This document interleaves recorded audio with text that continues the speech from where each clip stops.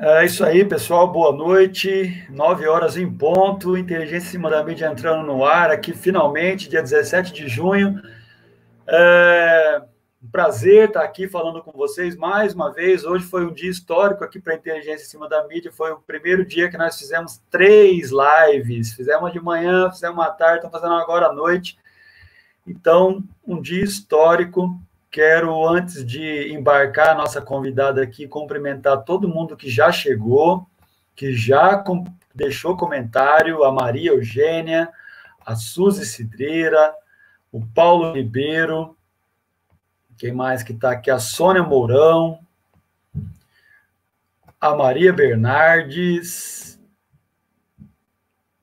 enfim, esses que chegaram primeiro, já deixaram comentários, já deixaram cumprimentos, já estão fazendo aquele trabalho de ativismo que a nossa convidada entende muito bem, que é compartilhar link de live, que é dar like, que é compartilhar no Twitter, que é compartilhar no Instagram, no Facebook. O pessoal já está fazendo, né? Que é para a gente falar para muita gente, falar para uma quantidade quanto maior, melhor de pessoas sobre esse assunto que nós vamos debater hoje. Então, para isso, nós vamos receber hoje, já vou embarcar aqui a nossa companheira, a Ludmila Teixeira. A Ludmila Teixeira, que é publicitária de formação, servidora do INSS, né? Ativista de direitos humanos, criadora do movimento de mulheres unidas contra o Bolsonaro, criou também o movimento Ele Não, em 2018, que foi bem importante. Nós vamos tratar de todos esses movimentos que a Ludmila tá por trás, entender qual é a origem dela, da onde que sai tanta energia para tratar de tantos assuntos assim, e atualmente uma das organizadoras, que é importante deixar isso bem claro, né, Ludmila? Uma das tantas organizadoras do Levante das Mulheres, e o coletivo que criou o movimento Mulheres Derrubam Bolsonaro, que agora está muito forte nas redes, e a gente está aqui dando nossa humilde contribuição. E filiada ao PSOL, também o partido de esquerda, que tem feito muita luta nesse Brasil no período recente da história brasileira.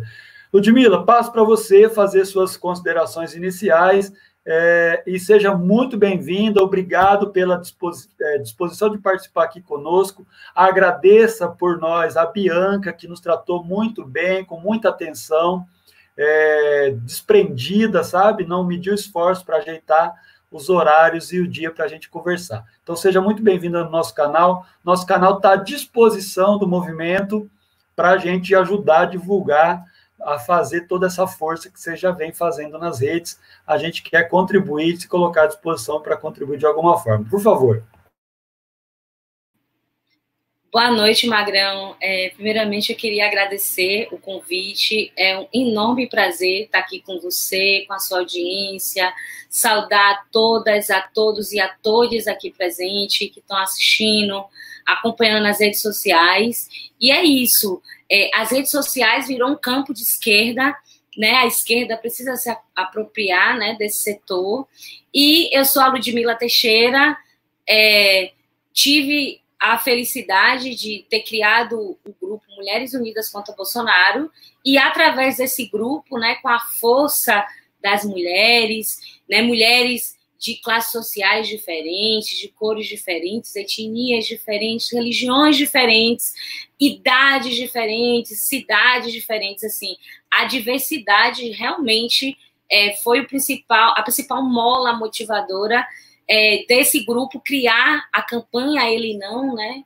E dentro dessa hashtag que conseguia sintetizar na época toda essa indignação feminina, principalmente pela figura do então candidato do PSL, né, que não é mais, mas que na época era do PSL. A gente não gosta de ficar repetindo o nome dele, porque traz, com certeza, energias negativas.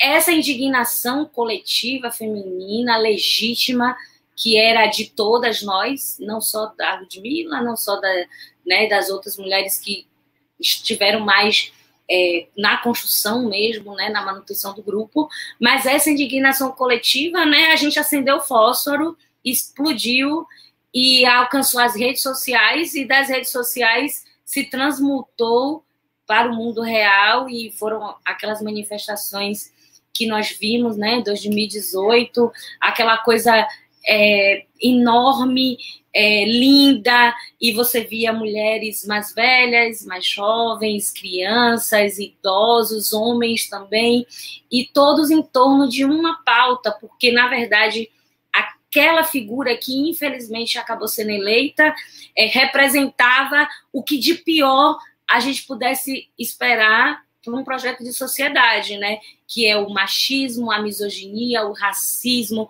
LGBTQ-fobia, xenofobia, o ódio às comunidades tradicionais, comunidades indígenas, o ódio disseminado contra todas, contra todos, contra todos, a diversidade, ao que é diferente, ao que ele encarava como minoria, que, no meu entendimento, não chega a ser uma minoria, porque mulheres e negros no Brasil são maioria, em números, mas talvez sejam considerados minorias em relação aos espaços de poder e decisão. Então, aquela pessoa que, infelizmente, hoje foi eleita e usurpou essa cadeira que não pertence a ele, isso eu tenho certeza que é um sentimento de mais do que 70% da população brasileira, com certeza, e esse sentimento de que nós não queremos esse projeto de sociedade, né, baseado no ódio, na intolerância, né, na violência, nas armas. A gente já não aguenta mais tanto ódio, a gente não aguenta mais ver a militarização da política, a militarização das escolas, a militarização da sociedade. A gente não quer isso, a gente quer uma sociedade igual, justa, e vamos lá, se eu continuar falando aqui, eu vou levar todo o tempo do seu canal, porque eu sou a favor. Não, perfeito, Ludmila. Esse canal é assim mesmo. A gente dá uma organizadinha só para não dizer que nós não organizamos, mas a gente vai ao sabor do papo, da conversa, né? Mas assim, eu quero pedir mais uma vez, pessoal que está vindo pela primeira vez no canal, através de você, porque você divulgou a live e tal, então está vindo algumas pessoas através da sua divulgação. Então, pedir para se inscrever no canal, vai lá, se inscreve, é rapidinho, não perde tempo, e ajuda o canal a crescer, a crescer, a crescer, para contribuir mais ainda com as lutas do campo popular, que é onde a gente está imerso, né? Onde eu e você, suas companheiras, seus companheiros de luta aí de Salvador e do Brasil todo estão. É o nosso campo. Então, tendo dito isso, eu queria que você contasse para a gente. Você já contou essa história várias vezes, mas eu acho que nunca é demais. Você arranhou aí o assunto sobre o Ele Não, lá em 2018, que foi um baita do movimento. E aí eu quero fazer um comentário que eu gostaria que você também passasse por essa situação, que é que, por exemplo, aqui na minha cidade, organizaram o Ele Não aqui, na época. E as organizadoras, eu não sei por qual motivo, razão ou circunstância, porque o Ele Não, ao meu entender, não teve uma centralização organizativa, né? Não teve uma diretriz que todo lugar que foi organizado devia seguir. Então, foi muito centralizado, o que é bom, não é ruim. Só que, por outro lado, aqui na minha cidade, por exemplo, o povo que organizou proibiu bandeira partidária. Rapaz, mas deu maior brigueiro.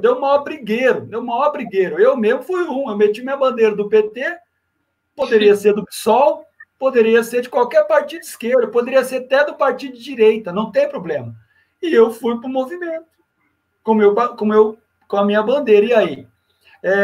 Tendo dito isso, eu queria que você dissesse assim, existe como fazer movimento de massa apartidário?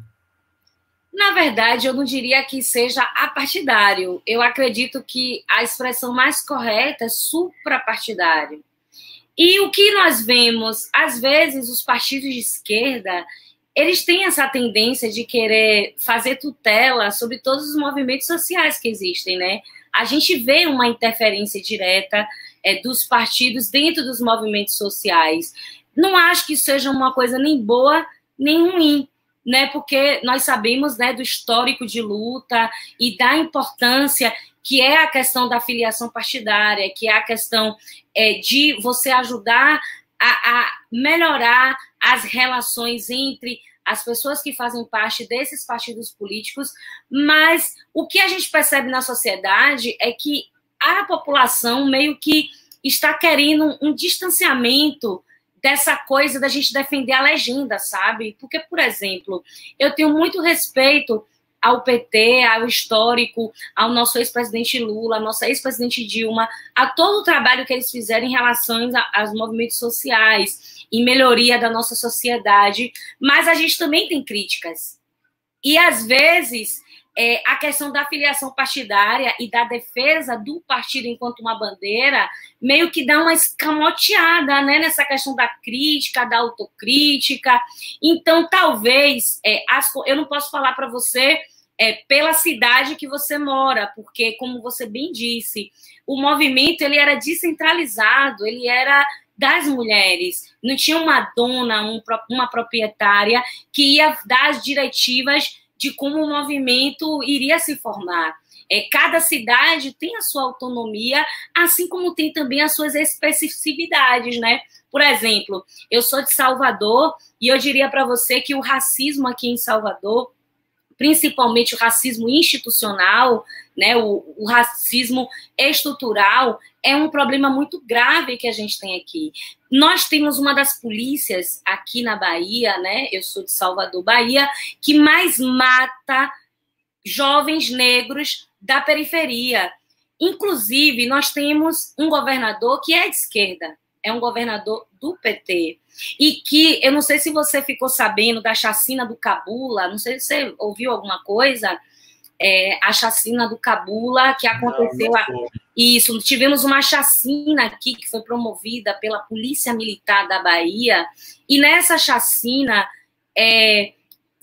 alguns jovens, né, foram assassinados por policiais. A perícia demonstrou depois que houve, de fato, um excesso de força promovido pelas forças policiais, e, na época, o governador, que é o atual governador Rui Costa, do PT, ele, ao ser questionado pela imprensa sobre aquela situação, ele falou que os policiais eram como artilheiros na cara do gol. Foi dessa forma que ele justificou aquelas mortes. E eram mortes de jovens negros da sociedade, né? da periferia soteropolitana, da Vila Moisés, situada no bairro do Cabula. Então, assim, olha a inconsistência também, a incongruência. Como é que um governador de esquerda, de um partido tão importante como o PT, se porta dessa maneira ao se referir ao genocídio de jovens negros? Eu não vou dizer que o PT vai ser demonizado por conta da atitude de um governador, entende? Eu acho que, da mesma forma, você não pode simplesmente culpabilizar o movimento que é tão amplo, nacional e internacional, por causa da atitude de algumas pessoas que podem sim ter as suas justificativas, que isso fique assim bem estabelecido. E eu acredito que cabe um diálogo com as companheiras, né? Cabe você conversar com elas, procurar também saber os motivos. Quem sabe ela não sofreu algum machismo lá dentro da estrutura partidária, que a gente sabe, isso você também não pode negar que não exista. Dentro dos partidos de esquerda, existe uma tendência a invisibilizar as mulheres, e principalmente as mulheres negras. E isso é um racismo e um machismo que nós, mulheres, sentimos dentro dos partidos de esquerda. Então, eu acho que cabe a autocrítica. Por que elas não querem a bandeira partidária? O que será que aconteceu com essas mulheres? Porque eu tenho certeza que todas nós, mulheres que fazemos parte do Mulheres Unidas contra o Bolsonaro, queremos direitos humanos, né? Queremos uma sociedade igualitária, queremos que o capitalismo fique em segundo plano e que o socialismo, o comunismo possa prosperar. Queremos uma sociedade onde todos possamos ter alimentos. Queremos uma sociedade onde homens e mulheres têm os mesmos salários, queremos uma sociedade onde as mulheres possam decidir pelos seus próprios corpos, possam fazer o aborto se for necessário, se quiserem. Queremos uma sociedade onde haja liberdade religiosa, queremos uma sociedade sem racismo, sem LGBTfobia, com respeito à natureza, aos indígenas, ecossocialista, ou seja, esquerda, não tem outro caminho, sabe? Só tem esse caminho, ó, pra cá, né? No vídeo eu não posso errar. Só tem o caminho da esquerda, não tem outro caminho. Então, ser de esquerda vai além do partido, da legenda, sabe? A gente tem que começar a tirar essas bandeiras. A nossa bandeira tem que ser defesa dos direitos humanos, sabe? Defesa da democracia, defesa da mulher e tal, sabe? Desculpa te interromper, mas assim, eu sou professor. E aí eu fico fazendo uma análise dentro do campo educativo. E eu tenho a impressão, também não sei, são impressões, né? De que nós não vamos diminuir esse ranço com os partidos políticos se a gente abrir mão das nossas cores partidárias. Eu acho que tem alguns casos que você apresenta que são casos bem específicos, como, por exemplo, algum caso de machismo que, porventura, uma dessas companheiras possa ter sofrido. Não, Magrão, vamos ser sinceros. Eu estou tentando contextualizar para chegar ao ponto. Então, pode ser que seja esse caso que eu sei que acontece. Eu sou militante partidário há bastante tempo. Agora eu sou professor há muito mais tempo. E eu tenho a impressão que, se nós não fizermos os nossos movimentos de massa, agregando todas as bandeiras num objetivo suprapartidário, nós estamos prestando um desserviço educativo, porque senão a gente não supera o ranço com o partido, e a gente não faz as pessoas compreenderem que não há democracia, mesmo essa democracia burguesa, que não nos representa, não há sem organizações partidárias, seja ela qual for.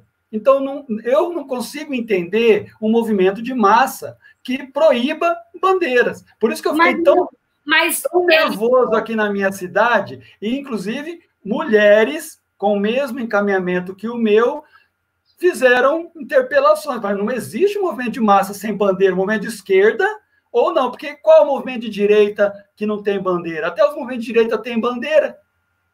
Mas me diga, você chegou a conversar com essas meninas? Porque quando você diz movimento de massa, você está falando do universo da sua cidade, entende? Exatamente. É o universo da minha cidade. Você está contextualizando de uma forma muito específica. Não, o seu universo. Você tem razão, eu estou falando daqui. Agora, eu sei o que é. Eu conversei, eu sei o que é. Eu sei o que é. Convida. É antipetismo, Ludmila. As reuniões dos diretórios, né, do seu partido. É antipetismo. Eu conversei com as meninas. É ranço ao Partido dos Trabalhadores. Mas você sabe que o antipetismo não tem nada a ver com o MUCB ou com ele, não, né? O antipetismo foi construído. É meio que, se você jogar na conta do MUCB o antipetismo, você está sendo desonesto, porque não, a gente sabe que deixa eu me explicar. Né? Me explicar. Assim, eu não estou dizendo que o MUCB é isso, eu estou dizendo que aqui em Cascavel, especificamente na minha cidade, umas pessoas que organizaram o movimento vieram com essa lenga-lenga, para mim, papo furado, de não poder ter bandeira partidária. Isso, para mim, é papo furado. Mas você não acha que, se a gente for entrar nessa discussão, a gente vai ter que falar de antipetismo? Aí a gente vai ter que ir mais para trás, a gente vai ter que falar de 2013. Não, eu só estou dizendo. Vai ter que falar não, eu falo assim: a gente vai ter que falar de Rede Globo, a gente vai ter que falar de como a mídia construiu o antipetismo, como isso foi impulsionado, a gente vai ter que fazer autocrítica. Não, eu quero falar daqui. Eu quero falar daqui para frente, Ludmila. Mas é isso, eu acredito que esse tipo de discussão ele precisa ser feito para dentro, sabe? Eu acho que o PT precisa se debater enquanto o PT, dentro do seu diretório, junto com seus militantes. Não é isso que eu estou querendo dizer. É porque, assim, eu sou pessoalista, então, se a gente for debater a respeito da questão partidária, eu vou falar para você da minha impressão do PT na Bahia, entende? Quanto eu sei que o PT, em outras regiões, em outras cidades, pode ser diferente. Eu não quero ser honesta com o PT, eu tenho muito... Não, para a gente avançar. Para a gente avançar, é assim, eu não estou querendo fazer esse debate, eu só estou dizendo que, pontualmente... Mas eu posso fazer. O meu ponto é o seguinte, é pontual, movimento de massa que não permite partido, seja qual for... Mas não é movimento de massa, foi um movimento de cascavel. Vamos falar, então, como foi aqui em Salvador? Minhas amigas... Cascavel, é claro. É isso que eu... As minhas amigas petistas estavam todas lá, teve um trio elétrico, elas organizaram, então, assim... isso que eu quero que você diga. E outra coisa, os homens não puderam participar da organização. Não. Então, eu acho que é muito raso também essa análise.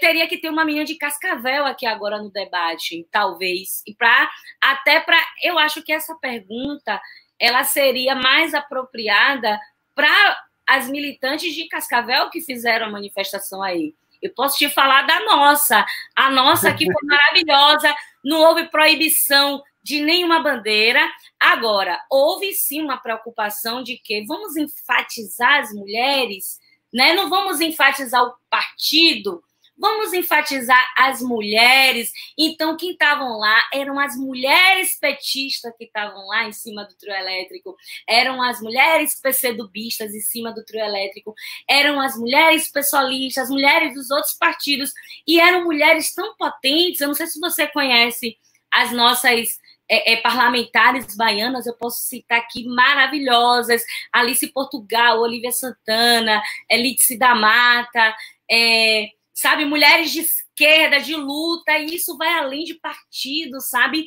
Vocês, homens, pensam a política de uma forma diferente que nós, mulheres. Vocês ficam, a legenda partidária, nananã, e a gente não, porque dentro dos partidos nós somos oprimidas. Nós somos oprimidas dentro dos partidos de esquerda. E isso não é só o PT. São todos os partidos de esquerda oprimem as mulheres. A gente podia chamar agora aqui uma mulher de cada partido de esquerda, e eu tenho certeza que todas elas iriam relatar a dificuldade de lidar com vocês, homens, dentro dos partidos. Então, assim, eu entendo a sua preocupação. Eu acho que isso é um pouco de machismo também, desculpa, mas você chamou uma feminista para o debate, então agora aguente. E eu acho que isso é machismo. Eu acho que é machismo. Porque você quer fazer uma análise de uma coisa que você não participou lá dentro, e eu não sei o motivo das meninas. Eu prefiro saber delas. Eu posso perguntar e elas vão dizer por que elas ficaram com o ranço da bandeira partidária, entende? Então, é complicado. Eu acho que o caminho não é esse. A gente perde tempo, energia, desmobiliza, entendeu? Eu fui Lula livre aqui, ó. A Devi Sosa está dizendo, não, tipo, esse povo sou PT e cobri o Lula livre, fiz live no MUCB. Isso aí, Dé é administradora do MUCB, tanto quanto eu, e é uma mulher de esquerda e petista. Gisele Figueiredo, nossa assessora de comunicação, é uma mulher petista e é administradora do grupo. Eu sou pessoalista, a Bianca é pessoalista, mas o grupo não está preso nisso. O grupo é suprapartidário, é maior do que o PT, é maior do que o PSOL, é maior do que o PCdoB, é maior do que o PSB, é maior do que Rede, PDT, qualquer um. O resto eu nem falo, nem me atrevo, né? Que eu no direita não tem como, né? Ó, tenho ranço. Vou ficar quieto aqui, Moacir, pode deixar. É isso aí, Moacir! É isso aí, Moacir, deixa eu falar. Não chamou a mulher para falar, a mulher vai falar. Ficam nessa de questão de partido. Eu nem era filiada até o ano passado. Eu me filiei, apesar de que eu sou pessoalista, porque as pautas que o pessoal defende é o que eu não acredito. Mas eu tenho que respeitar todas as mulheres que defendem e que têm a sua filiação partidária, porque o MUCB é um grupo suprapartidário. Ele é maior do que os partidos políticos. A nossa defesa é dos direitos humanos, é a defesa da natureza, é a defesa, sabe, das minorias, que não são minorias. Mulheres não são minoria. Nós somos minoria no poder, no comando, mas nós não somos minoria. Nós somos maioria da população, é 52% da população. Então, a gente quer se entender como tal, ser protagonista de todos os partidos. Amigas aqui assistindo, vou falar para vocês aqui, ó. Independente do partido que vocês sejam, de esquerda, eu quero ver vocês no poder. Não importa se é PT, se é PSOL, se é PCdoB, se é PDT, se é Rede, se é PSB, se é PCO, se é PSTU. Não importa, minha amiga. Bora invadir a porra dessa política, porque esses homens aí, ó, esses homens aí estão fazendo o que estão fazendo aí, ó, legislando contra a gente. Estatuto do Nascituro, fala sério, escrito por um homem, um miserável desse que nem engravida, não tem nem útero, não sabe nem o que é TPM, não sabe o que é gravidez, não sabe o que é ficar com o pé inchado, o que é ter dor de parto, quer falar pra gente que a gente faz com o nosso corpo. Então, minhas amigas, bora invadir todas as estruturas partidárias, invadir ó, todo ó, Magrão aí, ó, deve estar com medo disso.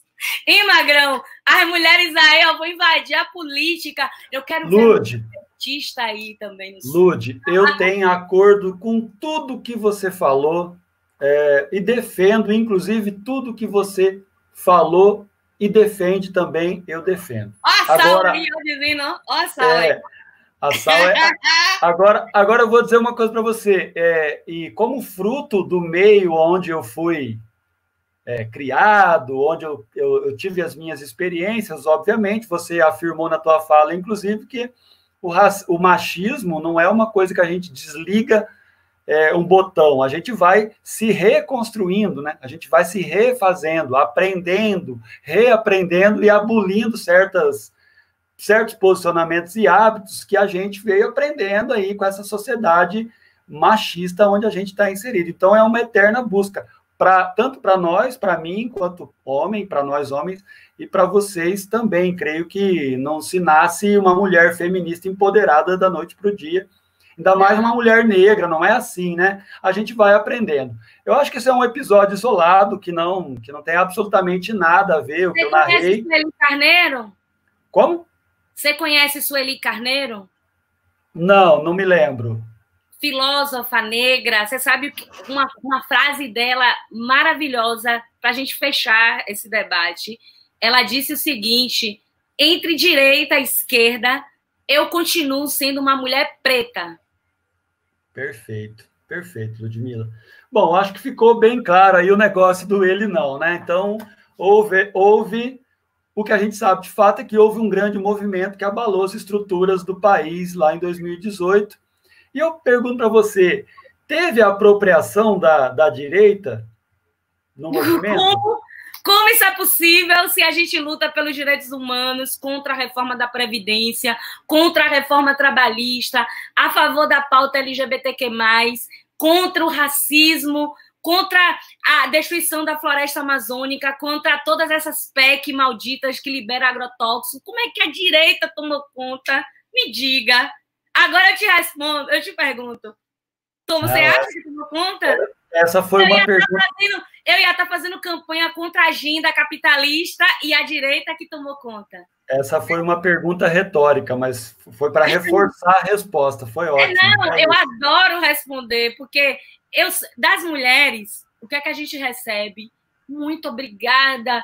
Eu estava meio desanimada com a política, eu não queria mais me envolver, ou eu nunca tinha me envolvido, e aí eu comecei a ver que na internet eu podia me movimentar, eu me filiei a um partido, olha, eu vou ser candidata a vereadora, olha, eu quero ser candidata a prefeita, eu vou para o conselho tutelar da minha cidade, eu estou tentando um cargo lá na prefeitura. Então, assim, das mulheres eu ouço isso. Posso escrever um mestrado sobre vocês? Posso fazer uma tese de TCC, uma tese de doutorado? Eu passo para você depois os links, vários trabalhos acadêmicos sobre a gente. Das mulheres. Esse tipo de crítica a gente só ouve de homem. Não, na verdade... Assim, tá de boa, tá? Na verdade, não foi uma crítica, foi só um questionamento. Não teve... Mas até... assim, você nem pode ver o grupo, porque você conhece nosso site? Você já viu nosso site? Eu fiz uma live, eu li até o manifesto de vocês ao vivo. Não, o manifesto atual é do Levante das Mulheres, né? Mulheres do Bolsonaro. Exatamente esse. Isso, mas o nosso... Do MUCB não. Isso, joga aí, depois dá uma pesquisada, mucb.com.br. Nós temos um site, nós temos Instagram, nós temos Twitter. E, claro, agora tem a campanha Mulheres Derrubam Bolsonaro, que chegou, não é uma campanha do MUCB, é justamente uma junção de vários coletivos de mulheres que são diversos, coletivo de mulheres negras, de mulheres indígenas, LGBTQ+, mulheres que são profissionais do sexo, todos os tipos de profissionais, sabe? Professoras, advogadas, médicas, quilombolas, trabalhadoras domésticas. É um levante de vários coletivos, de vários movimentos, e esse levante agora foi uma forma de reviver aquela gana, aquela vontade, né, que veio lá do Ele Não, que o Ele Não mostrou que a gente pode também ocupar o espaço das redes sociais, por que não?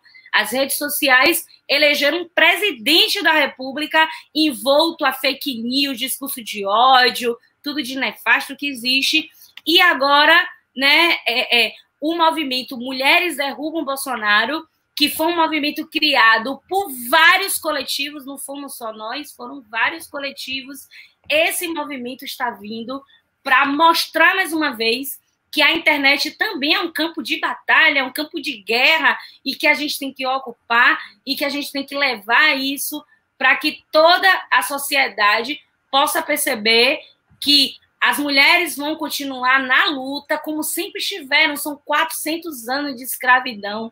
Magrão, eu posso falar para você, enquanto mulher negra, enquanto afrodescendente, são mais de 400 anos de opressão ao meu povo, mais de 400 anos de opressão. As mulheres estiveram à frente de todas as lutas que aconteceram no Brasil, desde o Império, né? Desde a Maria Filipa, lá na independência da Bahia, não sei se você já estudou a respeito disso, que a gente aqui na Bahia estuda sobre as revoluções aí do sul do Brasil, e eu não sei se o sul do Brasil estuda sobre as revoluções na Bahia. E a Maria Filipa, que deu surra lá nos soldados com folha de cansanção, eu não sei se você já ouviu essa parte da história, que eu quero tatuar o suposto rosto dela no meu ombro, sabe? Que eu vejo todo mundo, Frida Kahlo, pra mim, minha heroína é Maria Filipa, que chicoteou os machos com cansação. Ela e as marisqueiras aqui da ilha de Taparica, aqui da nossa região. Então, assim, a minha escola é outra. É Dandara, que ninguém quase não sabe quem foi Dandara, sabe quem foi Zumbi, mas não sabe quem foi Dandara. E Dandara era guerreira, lutava, morreu junto com o Zumbi, entendeu? E ela liderava as tropas também lá no Quilombo. Então, assim, minha escola é de mulheres, e aí eu acho que as mulheres, elas podem sim ser as protagonistas de todas as lutas, não vão invisibilizar a gente, né? Temos aí a Luísa Marim, a gente hoje fala das redes sociais e não sabe que o primeiro WhatsApp da história foi a Luísa Marim, durante a revolta lá dos Malês, mandando os bilhetinhos da revolta, enquanto vendia seus bolinhos lá nas praças, entendeu? Então, a nossa escola é isso, estamos seguindo o legado de Joana Angélica, né, de Maria Quitéria, e aí no sul tem a Anitta Garibaldi, então, assim, sabe? A brincadeira é essa aí. Não, fantástico. Se eu deixei passar alguma impressão equivocada a meu respeito, quero pedir desculpa para geral, para toda a mulherada que está assistindo aí. A mulher não está manifestando aí. Eu peço desculpa se eu me expressei mal, mas foi uma pergunta muito sincera, não tem nada a ver com... Enfim, eu me reconheço no machismo que a sociedade me empurra, né, no meu gênero, mas é um machismo que eu nego, que eu renego o tempo todo, e é um policiamento ininterrupto de se autopoliciar para não cometer os equívocos que eu renego o tempo todo. Mas a gente comete equívocos, enfim. Estamos aqui para ajudar. Exato, eu acho que faz parte. As lives são como conversas, a gente é via de mão dupla, né? A gente não só aprende, mas como a gente ensina também um bocadinho, né? Mas eu quero que você fale para mim, você já arranhou aí o assunto sobre o papel da mulher nessa conjuntura que a gente está vivendo, desgraçadamente ruim, o papel da mulher como um todo, mas o papel da mulher negra nessa história toda, que a gente sabe, o Emicida deu um resumo da ópera nesses tempos de pandemia, quando ele diz que o problema não é o índice de contágio do Covid, o problema é a desigualdade social. Vai fazer com que esse contágio seja mais alto nessas populações que têm menos aparato estatal para poder se virar. Então, nesse contexto, conta para a gente, qual é o papel da mulher e o papel da mulher negra nessa história? Pois é, Magrão, exatamente, as mulheres são as primeiras prejudicadas em tudo, né?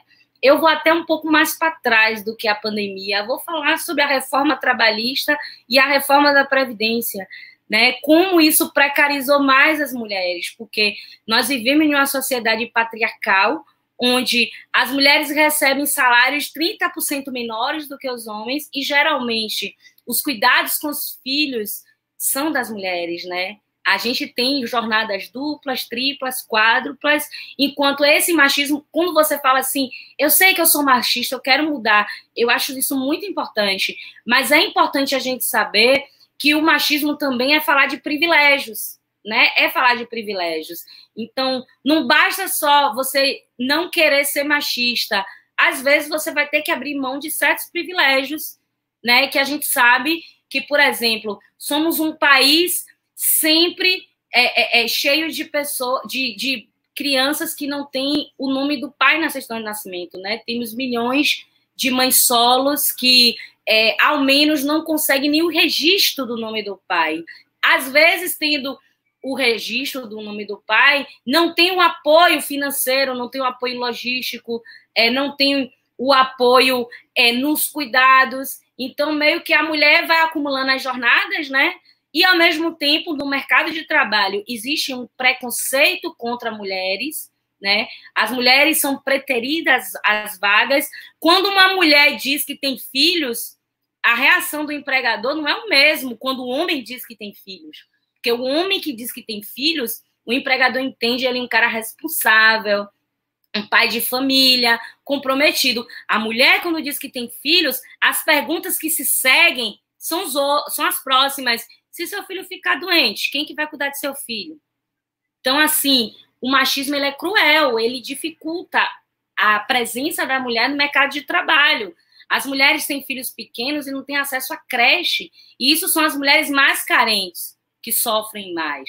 Então, assim, não é questão de ver ou de não ver a existência do machismo. O machismo existe. O machismo existe, ele faz parte da estrutura da sociedade. A mulher sempre é culpabilizada de tudo, né? Nós acabamos sendo exatamente as culpadas, né? Quando há uma gravidez inesperada, a culpa é da mulher, porque não se cuidou, porque não engravidou. Se aquele filho daquela mulher vai para a criminalidade ou faz alguma coisa errada, a culpa também é da mulher que não soube educar. Até o machismo querem botar na nossa conta que se o homem é machista porque a mulher não está sabendo educar o homem para ser contrário. Então, assim, a gente vive em uma sociedade que as mulheres vítimas de estupro, elas não vão denunciar o estuprador. Por quê?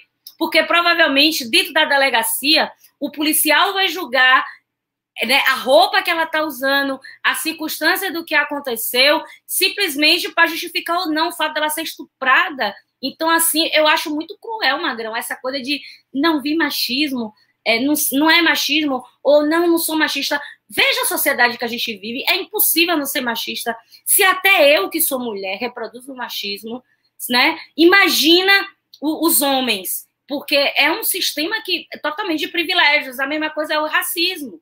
O racismo é uma estrutura, né, que foi construída pelo capitalismo para justificar a escravidão, a exploração de mão de obra negra de forma gratuita. Então, o racismo precisava desumanizar os nossos corpos, precisava desumanizar a nossa existência, para poder justificar que eles podiam abusar dos nossos corpos, que eles podiam nos chicotear, que eles podiam nos estuprar, porque... né? Quantas mulheres negras não foram estupradas pelos seus senhores entendeu? E tiveram seus filhos separados.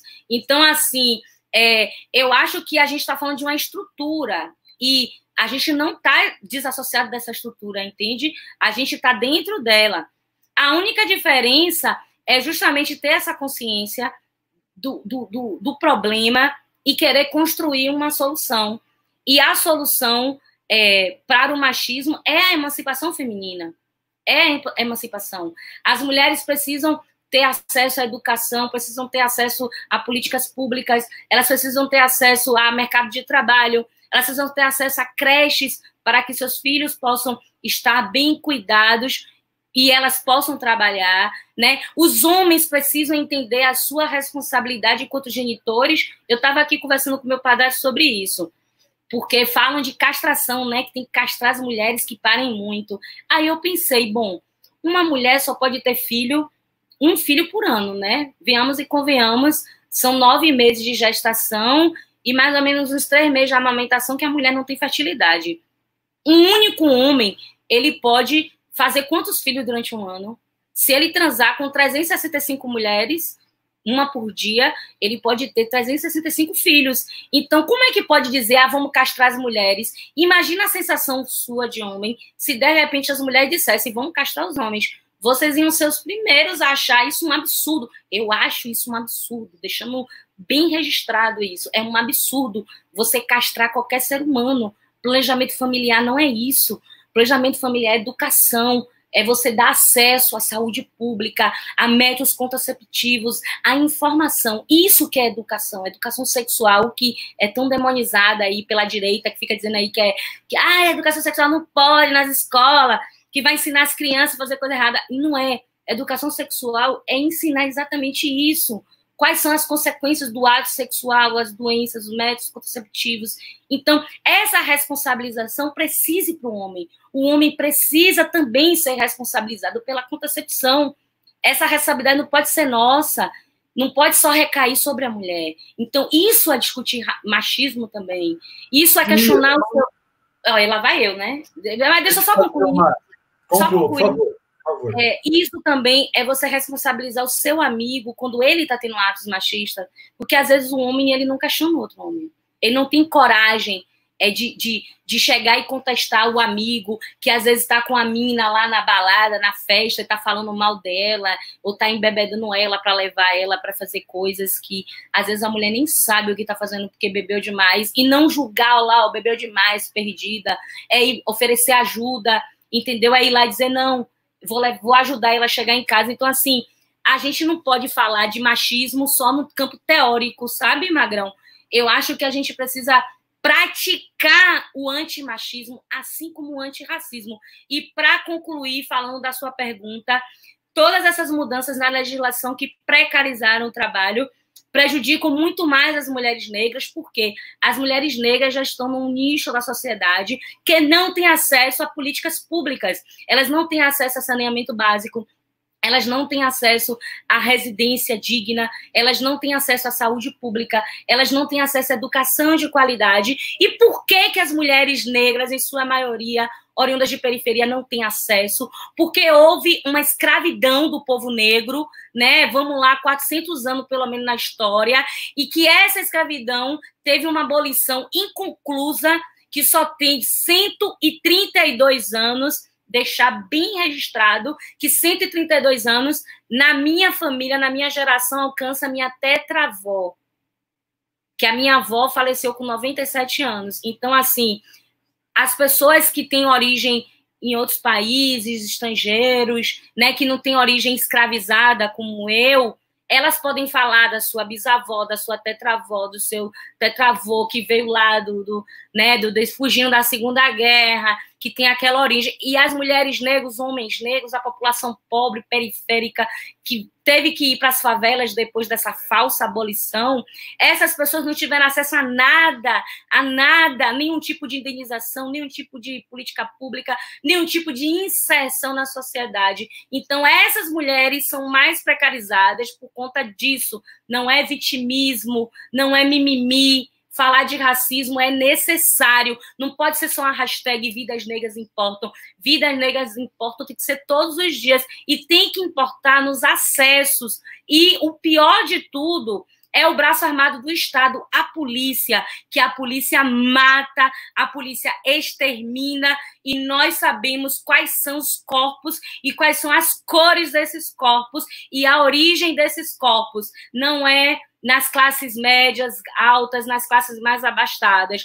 Quando morre, é lá na perifa, e a gente sabe do que a gente está falando. Então, qualquer precarização do trabalho vai atingir muito mais esses povos já vulnerabilizados historicamente. Estou rindo aqui dos comentários, Lud. O pessoal está preocupado comigo. Ai, a mulherada me calou, estão dizendo aqui. Beleza, show de bola. Acho que é para isso que a gente está aqui. Para a gente dar voz e a gente ouvir, mais do que falar. Esse é o grande barato de fazer live e trazer convidado. Se eu fosse para eu ficar falando, eu falava sozinho, né? Então, mas de qualquer forma, obrigado pela atenção. Quero mandar um abraço para alguns amigos que estão aí, o Merlin das Trevas. Nós precisamos marcar uma live aqui, Merlin. Nós precisamos marcar uma outra live, acho que com o Barba Dialética também, que está aqui nos comentários. Mandar um grande abraço para o coletivo Estrela da Democracia, que eu sei que é parceiro do Derruba lá no Twitter, na tessitura de todo esse movimento virtual. Lud, se é que eu posso te chamar de Lug? Pode sim. Eu fiquei aqui pensando, nós não vamos ter ruptura nem tão cedo, por conta de inconsciência de classe, e aí a gente pode fazer uma análise mais profunda, mas não é o caso. Então, nós não vamos ter ruptura. Mas para alcançar, por exemplo, como é que nós podemos aceitar, você tocou nesse assunto, que homens velhos e brancos debatam pautas femininas de mulheres no nosso Congresso Nacional? A gente precisa, pelo menos, no mínimo, ter paridade de gênero no Congresso. Não é possível que homens brancos e velhos e ricos continuem a legislar sobre úteros e genitália e corpos femininos. Como é que vocês veem essa situação da paridade no Congresso Nacional? Porque a gente já é subrepresentado. Se a gente for para a população feminina, menos ainda, para a população feminina negra, menos ainda. Como é que vocês veem esse assunto, esse tema? Eu sei que existem alguns projetos de lei, né? A questão da lista fechada, né? Que entraria a cada um terço, uma mulher e tal. Eu sei que existem os projetos. Mas falando na parte prática possível para 2020, eu acredito que as mulheres precisam participar da estrutura partidária mesmo, se filiar aos partidos políticos, que elas julgarem que tem uma pauta que represente o que elas acreditam. Eu acho que isso é muito importante, porque o que a Ludmila espera para projeto de sociedade, a Marina, que está falando com a gente agora, e a Marina Ruth, pode pensar diferente. Então, eu acho importante as mulheres participarem dessas estruturas, sabe? Estrutura partidária, e não como é colocado hoje, né? Pega a mulher como puxadora de voto, aquelas mulheres laranja, né? Que os partidos de direita escolhem, pega uma mulher, às vezes, representativa no movimento social e bota como laranja, puxa os votos só para meter a mão no dinheiro da verba dela. Então, assim, não é essa mulher que a gente está falando. A gente está falando de lideranças comunitárias, lideranças de movimento social, tem várias, sabe? Eu poderia citar para você aqui em Salvador, eu conheço várias, sabe? Lívia Ferreira, ministra Márcia Nascimento, Estrela de Souza, a própria Vilma Reis, que é uma grande potência aqui, sabe? Isadora Salomão, Cleide Coutinho, tem um monte de mulher que eu conheço aqui, sabe? Mulher preta, mulher periférica, que tá na luta, assim, sabe? E tá tentando... tem uma cadeira, tentando buscar uma cadeira no Legislativo. Eu acho que o caminho é esse. Não dá pra gente ficar esperando que os homens vão fazer uma política pensando na gente. Não vai rolar. Eu sei que tem muita boa vontade de muitos homens de esquerda. Eu conheço vários aqui, principalmente do PSOL, do PT também, do PSB e do PCdoB. Eu conheço homens aqui que são de luta. Não pode negar isso. Mas a gente sabe que a política precisa ter uma perspectiva feminina. Então, chegou a hora das mulheres se colocarem na reunião de condomínio para ser síndica, no conselho de classe das escolas, conselheiras tutelares, sabe? As mulheres têm que começar a se agrupar mesmo em pequenos coletivos. no bairro, às vezes, mora em um bairro mais periférico, junto àquela mulherada, para poder justamente começar a ocupar os espaços públicos, sabe? E as mulheres precisam estar nesse espaço e precisam justamente transformar esse espaço de uma forma igualitária. Então, você não vai votar na mulher que não se candidata, não é verdade? Às vezes não tem a possibilidade. O partido tem, às vezes, muito machismo, invisibiliza aquelas candidaturas, não ajuda, não apoia. Então, as mulheres têm que começar a brigar pelos diretórios mesmo, sabe? Setoriais de mulheres, setoriais de... Eu acho que o caminho vai ser esse. Infelizmente, eu sempre fui anarquista, sempre tive uma veia assim, sabe? Anarquista de não querer me filiar a partido, de, sabe, estar mais no movimento social. Mas eu acho que é um momento, eu acho que nós, mulheres, temos que começar a transformar esses espaços, e para transformar a gente tem que fazer parte. Eu vou citar o exemplo da Joelma Alves, que é uma grande amiga minha hoje, que lá no MUCB ela começou como uma pessoa que sofreu violência e veio pedir ajuda, e depois ela é pré-candidata a vereadora na cidade dela. E aí, para mim, essa é a maior transformação, para exemplificar e concluir a fala, que uma mulher que sai de uma situação de violência e pensa num projeto para a sua cidade e vai se colocar, vai dar cara para bater, porque você se candidatar e dar cara para bater, você sabe, né? Tu vai virar um alvo de tudo, vão te xingar, principalmente vai ter muita gente que vai tentar jogar areia mesmo em cima, porque não quer mesmo ver mulher lá, não quer ver mulher preta, não quer ver mulher pobre. A gente sabe, vamos ser realistas, mas as mulheres têm que começar a fazer isso mesmo, e claro, pressionar o parlamento a votar os projetos que são do nosso interesse. E isso a gente pode fazer através de petição pública, de manifestação de rua, de grupos na internet, de grupos no WhatsApp, sabe? A gente precisa ocupar os espaços e se organizar. O caminho é esse. E que fica o recado para a esquerda, junta por movimentos sociais, porque os movimentos sociais são a base de tudo. E eu acho que os partidos se afastaram um pouco dessa pegada do movimento social. E a gente precisa resgatar isso, porque o movimento social que é o que pode transformar a sociedade. É o que eu acredito, eu, desde criancinha, de Cajazeira, lá do bairro que eu nasci, criada, e é isso aí. Movimentos sociais... Legal. Vamos encaminhar aqui. Eu queria que você comentasse agora sobre o Derruba, né? Mulheres derrubam Bolsonaro. Sim, não ia Como é que vocês, mulheres, né, estão se organizando? Eu sei que nas redes vocês estão muito presentes, eu conheço a página, eu conheço o Instagram, eu conheço o Twitter, e eu marco vocês lá nas minhas postagens quando é alguma coisa relacionada e tal, tá muito efetivo. Eu queria que você contasse um pouco de como é que vocês se organizaram. Eu sei que tem bastante mão, bastante cérebro feminino envolvido nisso. Que você contasse um pouco para a gente. E se tem no horizonte, na próxima esquina, um ato de rua, como é que está isso? Como é que vocês estão se organizando? Olha, o Levante foi idealizado, como você bem falou, por vários cérebros femininos. A faísca saiu dessa vez da Patrícia Zaidan, né? Nossa querida Patrícia Zaidan, jornalista, uma mulher enganjada também, né, na luta aí, desde a redemocratização, luta da ditadura, e uma mulher que teve essa fagulha de vamos resgatar, né, o movimento através da internet, porque a gente está percebendo que meio que está tudo muito pulverizado, né? As mulheres do Ele Não tá lá, o movimento negro tá cá, né? Os LGBT estão cá, as empregadas estão, sabe? Estava tudo muito pulverizado, e a gente meio que estava, cada um fazendo a sua luta de uma forma, os jornalistas independentes fazendo a luta deles também, como você.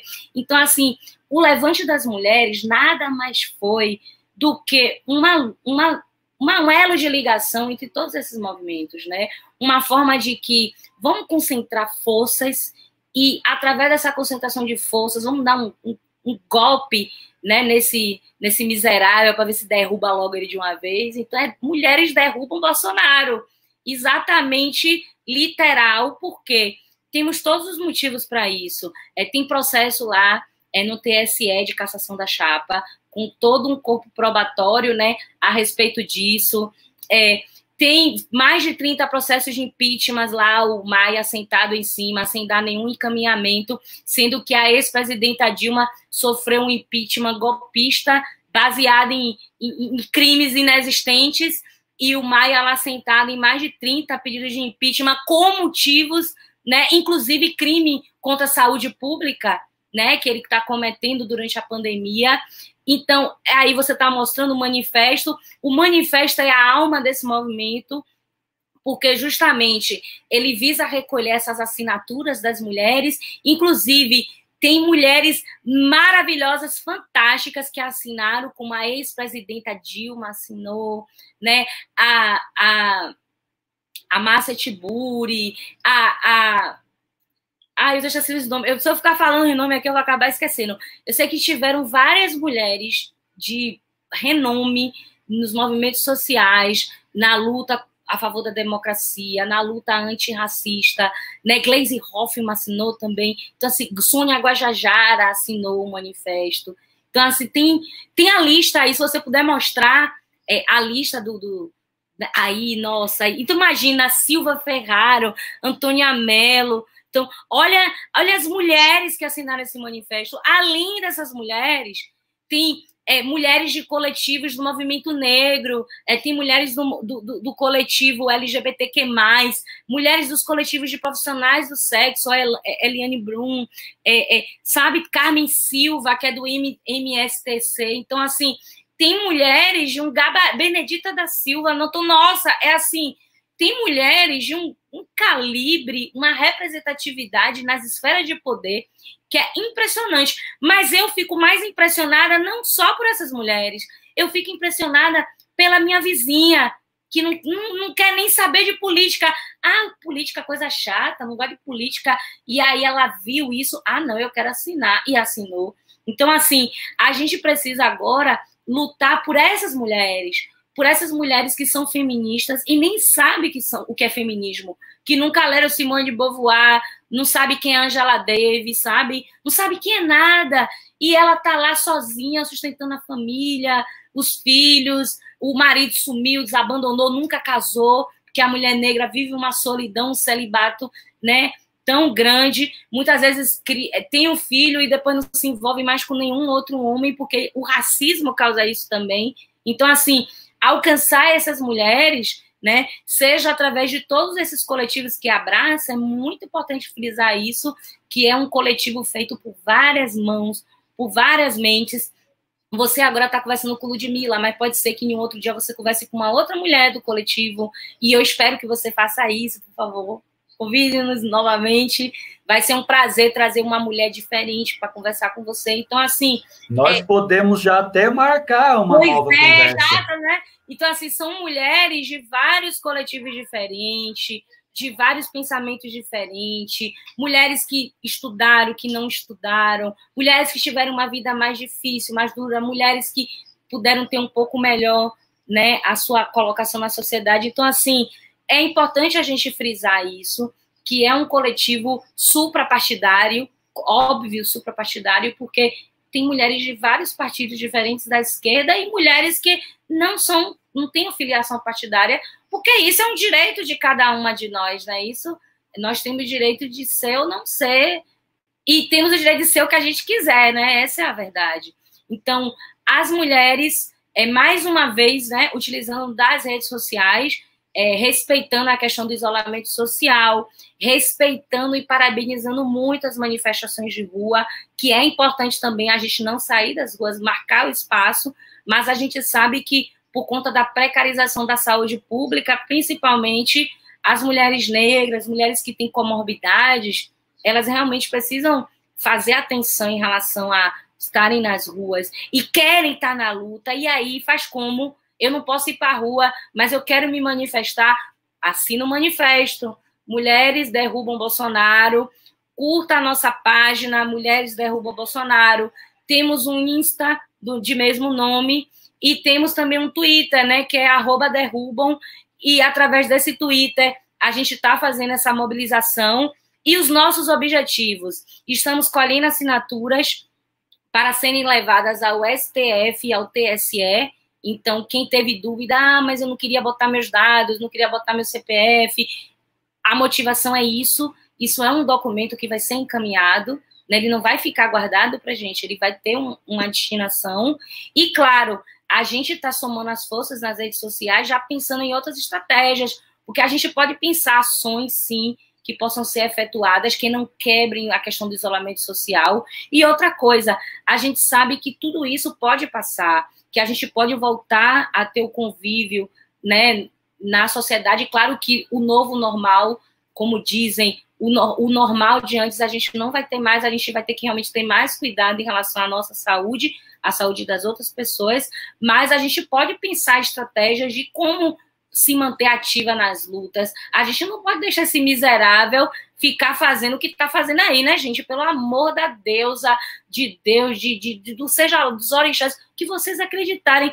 A gente não pode mais permitir. Bolsonaro está aí liberando agrotóxicos, a gente está comendo alimento com veneno, né, fazendo aí loucuras e mais loucuras no Ministério da Saúde. A gente até hoje não tem um ministro da Saúde. Que é isso? Passando por uma pandemia, calamidade pública, e não tem um ministro da Saúde, um monte de militar incompetente lá, fazendo loucuras, um ministro da Educação que não sabe nem escrever direito, né, e que declara que odeio povos indígenas.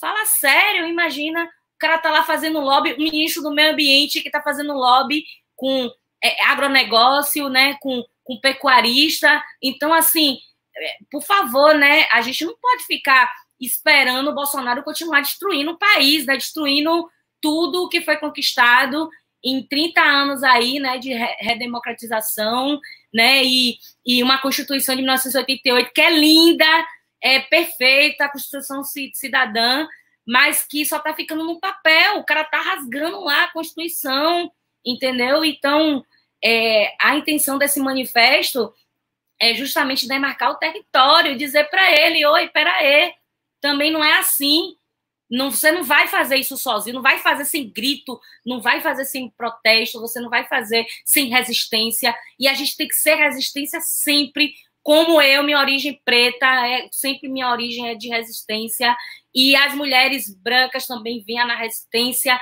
e as mulheres indígenas que também são de resistência e estão sendo dizimadas, junto com seus povos tradicionais, vendo a floresta sendo destruída, os rios sendo poluídos com mercúrio, com iodo, com isso, com o garimpo ilegal, agora a PEC que quer liberar garimpo. Então, assim, motivos, nós ficaríamos aqui até amanhã falando dos motivos para a gente derrubar esse governo, porque a gente não queria que ele tivesse entrado, e já passou da hora dele ter saído, então o Bolsonaro cai, bora apertar, bora brigar, que a gente derruba esse cara. Então, mulheres derrubam Bolsonaro, uma iniciativa de mulheres suprapartidárias, de vários coletivos, e a gente está aqui para demarcar o espaço e para mostrar que as mulheres não vão desistir de lutar por uma sociedade melhor, mais justa, mais equalitária, né, com direitos humanos para todas, para todos, para todes, e não só para uma minoria que fica lá decidindo a nossa vida e querendo destruir tudo em nome de um capitalismo ferrado, porque eu não vou falar outra palavra porque tá ao vivo com você, não posso xingar. Então, assim, um capitalismo ferrado que precisa ser revisto. Esse projeto de sociedade não aguentamos mais. Então, o Levante das Mulheres é um desabafo. Nós não aguentamos mais. Fora Bolsonaro, mulheres derrubam Bolsonaro, ele cai. Legal, Ludmila. Só para deixar bem claro, marcar o posicionamento aqui do canal e o meu posicionamento com relação à manifestação de massa nesse momento, de rua. Eu estou me sentindo muito bem de ver essa ebulição nas ruas de São Paulo, as grandes capitais brasileiras, mas eu acho que, pela sua fala e pelo movimento em si, parece que é o mesmo pensamento que eu tenho, Ludmila. Está muito perigoso esse negócio de ir para a rua. Nós estamos na curva ascendência da pandemia ainda. Nós sequer estabilizamos lá no alto. Nós estamos subindo ainda. Então, é tudo muito complicado. E o que dá para fazer nesse contexto? Eu estou falando isso porque, nesse contexto, o que sobra, o que tem para fazer, e nós precisamos fazer com força, e nisso vocês nós temos que tirar o chapéu para a mulherada, para vocês, no caso, que é fazer essa militância, esse ativismo verdadeiro, né? O ativismo de verdade nas redes. É o que dá para fazer, então tem que ser feito. Quando der para ir para a rua, alguém tem dúvida de que essa mulherada vai fazer de novo o que fizeram lá em 2018? Eu não tenho dúvida alguma. Inclusive, vou estar lá, né, dando maior força, dando maior apoio. Ludmila, 1h04, a conversa vai longe, você é muito boa. Você é muito boa de papo, adorei. Vamos marcar mais vezes. Eu tenho o contato da Bianca e eu vou tormentar a Bianca. E aí você traz outras mulheres também para você ver eu posso. Isso, vamos, porque eu acho que é assim para a gente avançar, para a gente aprender, para a gente conhecer, para a gente tomar conhecimento sobre outros posicionamentos, outras formas de enxergar a vida, o mundo, a conjuntura. Acho que faz parte. Quero agradecer todo mundo que comentou, quem fez pergunta, quem não fez. Alguns comentários eu não consegui colocar na tela, a maioria, inclusive. Peço desculpa, mas é complicado mesmo. Agradecer o pessoal da moderação, que está aqui. Eu penso assim, Ludmila, e aí é um pouco autoritário da minha parte. Eu brinco, é quase uma brincadeira séria. Eu não tenho paciência com bolsominion aqui, não. Eu também não. Então, aqui bolsominion não tira onda, não. Como diz, o brinquedo é meu, a bola é minha. Então, parabéns aos moderadores, os moderadores do canal, que a gente mantém um ambiente limpo, livre, respirável, ótimo. E aviso o pessoal que amanhã, convido, né? Amanhã nós vamos fazer uma live sobre a pandemia aqui na nossa cidade, que está em ritmo muito acelerado, está todo mundo com medo e a prefeitura só fazendo porcaria. Na sexta-feira nós vamos falar com o menino lá do fast food, o Paulo Galo, né? Daquele movimento dos entregadores. E no sábado nós vamos fazer aqui uma ode, né? Uma ode poética ao Chico Buarque com o Rogério Silva. Todo mundo fica convidado. Na capa do canal também tem lá um link do Apoia-se. Quem tiver interesse, tiver disponibilidade, tiver R$10 sobrando na carteira, faz lá o Apoia-se aqui ao canal. Lud, agradeço você, a assessoria do movimento, parabenizo vocês pela coragem, pelo empoderamento, que eu sei que é um processo e vocês estão caminhando. Agradeço demais a tua contribuição aqui no nosso canal, me ensinou muita coisa, obrigado do fundo do meu coração, um grande beijo nesse seu coração baiano, com esse seu sotaque lindo, e passo para você fazer as suas considerações finais, minha querida. Magrão, primeiramente eu queria agradecer o espaço, é muito importante que a gente possa estar dialogando, né, em todos os lugares, levando um pouco, né, da nossa história também, a história da luta das mulheres. Como diz uma grande socióloga aqui da Bahia, Vilma Reis, né, que nossos passos vêm de longe, né? Então, a gente nunca vem só, a gente vem e traz toda uma história por trás, outras mulheres que vieram antes de nós, e dentro desse movimento Levante das Mulheres, exatamente há essa diferença, né, de gerações, mulheres mais novas como eu, mais novas do que eu já tenho 38, tem mais jovens até, mulheres mais velhas, sexagenárias, que já vivenciaram a ditadura militar, né, que viram toda aquela questão, né, que hoje a gente lê nos livros, né, a gente vê os vídeos, mas não passou por aquilo, e elas trazem essa bagagem, essa experiência também. E o movimento estudantil, as meninas mais jovens, então, assim, essa diferença de conversar com mulheres do Xingu, né, com mulheres que estão lá trabalhando nas ruas, mulheres que têm toda essa gama, essa diversidade, tem sido um enorme privilégio. Eu tenho certeza que eu posso falar pelas outras, para mim e para todas as outras, e poder falar um pouco aqui com vocês na internet, né, deixar algumas coisas bem estabelecidas em relação aos posicionamentos, os nossos desejos. Eu acho de suma importância que canais como o seu tenham muita prosperidade, né, que a gente vê no YouTube, às vezes, uma internet que não é muito bacana, né, uma questão de fake news, de disseminação de ódio, desinformação, e quando a gente vê canais como o seu, que traz um debate, um discurso mais contextualizado, uma preocupação com os recortes históricos. Eu acho isso de suma importância. Então, parabéns pelo canal, parabéns à audiência, à galera que acompanha. Eu acho que o caminho é esse, a esquerda ocupando os espaços. Vamos na luta. Agradeço o apoio masculino em compartilhar os nossos links, né? Link do manifesto, das redes sociais, e de apoiar, né? De ouvir. Eu acho que é importante. Nós mulheres temos muito para falar e queremos falar. Já estamos cansadas de sermos silenciadas, e eu acho muito legal quando você dá a oportunidade para a gente falar também. Então, parabéns, obrigada pela oportunidade. Sigam as nossas redes, e é isso aí. Ludmila Teixeira aqui, falando direto da Bahia, mandando axé da Bahia aí para vocês. E quem não veio a Bahia, venha. É isso aí, então, pessoal. Falamos, então, com Ludmila Teixeira, essa simpatia maravilhosa, essa mulher negra linda. Parabéns pela luta, mais uma vez. E até amanhã, se der tudo certinho. Amém para quem é de amém, axé para quem é de axé. E até mais. Valeu!